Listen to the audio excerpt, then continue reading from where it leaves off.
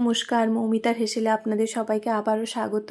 আশা করছি আপনারা সবাই খুব ভালো আছেন, আমিও ভালো আছি। আজকে বানিয়েছি সকালের জলখাবার কিংবা বাচ্চাদের টিফিনের জন্য একদমই পারফেক্ট সুজির পরোটা।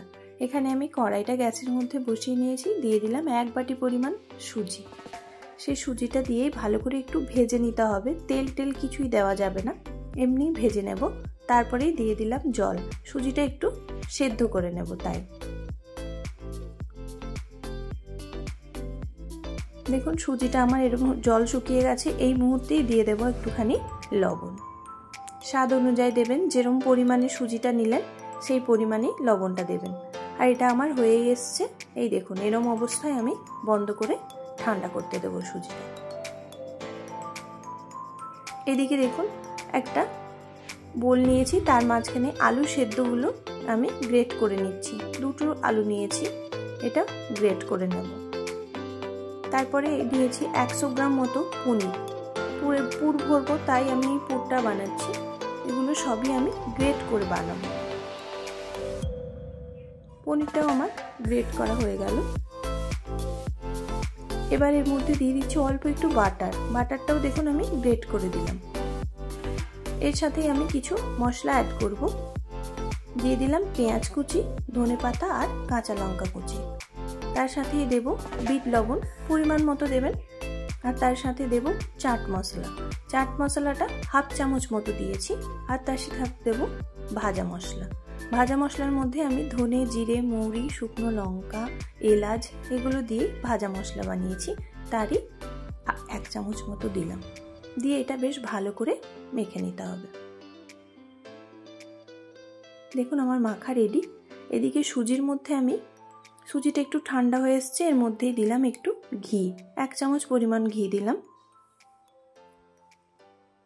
খুব বেশি ঘি দেওয়ার দরকার নেই, কারণ পুরের মধ্যে বাটার দেওয়া আছে। এটাও বেশ ভালো করে মেখে নিতে হবে। আর আমি দিলাম 1 বাটি পরিমাণ ময়দা। সুজি যে বাটির পরিমাণ নিয়েছি সেই বাটির পরিমাণেই ময়দা নিয়েছি। নিয়ে বেশ একটা সফট ডো তৈরি করে নেব।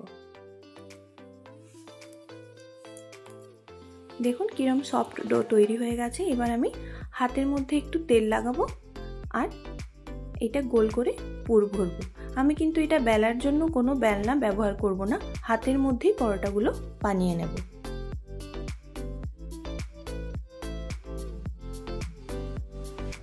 একটু বেশি পরিমাণ পুর দেবেন, কারণ এই পরোটাগুলো খুবই সফট হয়। আপনি চাইলে কোনো সমস্যা হবে না, ফেটে যাবে না, কিচ্ছু হবে না।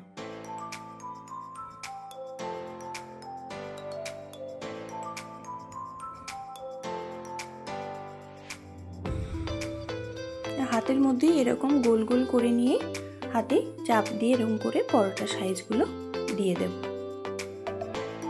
এটা খুব সফট হয়, তাই যদি বেলনা দিয়ে বেলেন তাহলে কিন্তু আটকে যাবে বা ছিঁড়ে যাওয়ার একটা ভয় থাকে। তাই হাতের মধ্যেই আমি এরকম ভাবে বানিয়ে নিলাম। দেখুন হয়ে গেছে সুন্দরভাবে। এদিকে গ্যাসের মধ্যে আমি একটা প্যান গরম করতে বসিয়ে রেখেছি, তাতেই একটু তেল ব্রাশ করে দিলাম। এর মধ্যে দিয়ে দেবো পরোটাটা। একটু হাত দিয়ে এরকম ভাবে চেপে দেবো, তাহলে পরোটাটা একদমই সুন্দরভাবে গোল হয়ে একই মাপের হয়ে যাবে।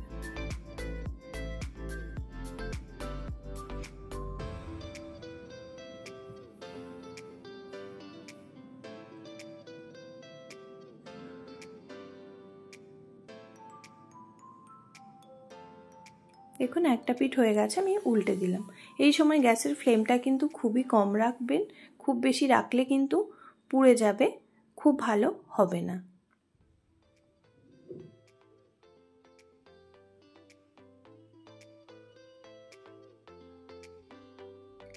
বেশ কয়েকবার এরকম উল্টে ভেজে নিলে রেডি হয়ে যাবে।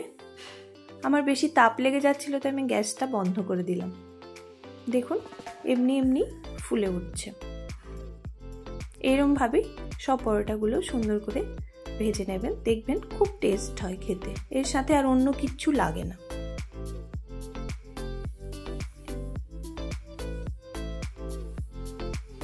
দুদিকটাই আমার খুব ভালো করে ভাজা হয়ে গেছে। এটা আমি এবার তুলে নিলাম। আবারও একটা আপনাদের বানিয়ে দেখাচ্ছি। হাতের মধ্যে তেল দিয়ে সেমভাবেই এরমভাবে বানিয়ে নেবেন। এখানে একটা কথা বলে রাখি, যদি আমার ভিডিওতে আপনারা আমার চ্যানেলে নতুন হন তাহলে কিন্তু অবশ্যই একটা সাবস্ক্রাইব করবেন আর পাশে থাকা বেল বাটনটা অবশ্যই প্রেস করবেন, যাতে করে আপনাদের কাছে খুব সহজেই আমার ভিডিওগুলো পৌঁছে যায়। আর একটা লাইক করে দেবেন, তাতে করে আমার উৎসাহটা বাড়ে আপনাদের জন্য ভিডিও বানানোর জন্য।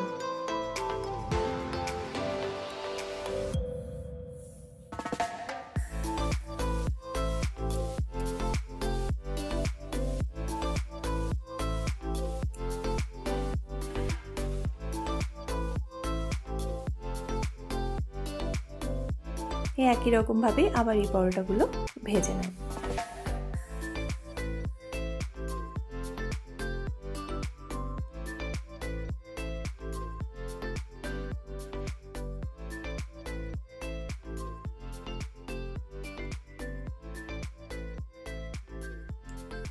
এটাও আমার সুন্দর করে দেখুন ভাজা হয়ে এসছে।